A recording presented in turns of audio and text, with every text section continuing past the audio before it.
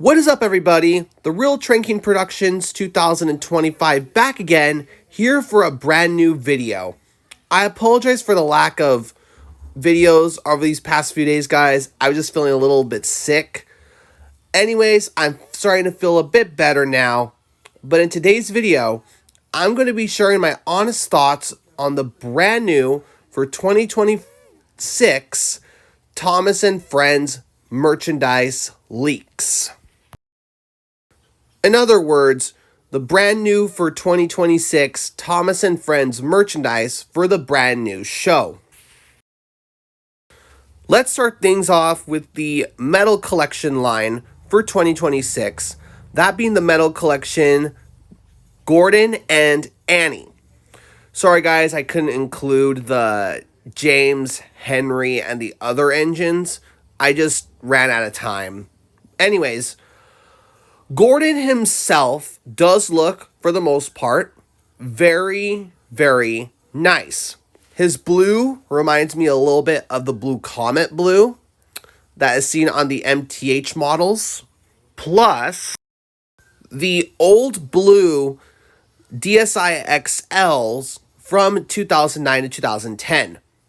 Gordon's model, overall, looks very nice. However, my big criticism with it upon first looking at this image here, his face looks very off. I really don't like the face. It looks a little bit creepy. But overall though, the main engine itself is nice. I also do like the Tender's design for the most part, even though it's missing the middle wheel that's seen on most Gordon merchandise. Overall, though, it is a pretty good model indeed. And if I do plan to get this model, I will definitely make it look like the model series. But what do I think of this Gordon? He's definitely a good-looking model indeed. Not a bad model, a good model indeed. Now on to Annie. Honestly, just like Gordon, upon first glance, she does look like a very, very, very nice model. The orange is very accurate to how her model series Sona looked, along with the CGI era, along with the gray roof and the gray wheels. However, my biggest criticism with this new model, I really don't like that face. It looks really off to me. Like, not trying to sound negative or anything, but did Mattel get confused with this model of Annie's prototype image from season 12? Overall, aside from that, it's a good looking model. It's not the perfect model, but it's an okay model for me. And now onto the motorized engines of this line. Honestly, upon first glance, their proportions are very good. Thomas looks very accurate to the most part, especially with his tanks, wheel arch, along with his updated wheels and side rods. Same thing with Percy and Gordon. However, again, just like with Annie, I'm not a huge fan of those faces.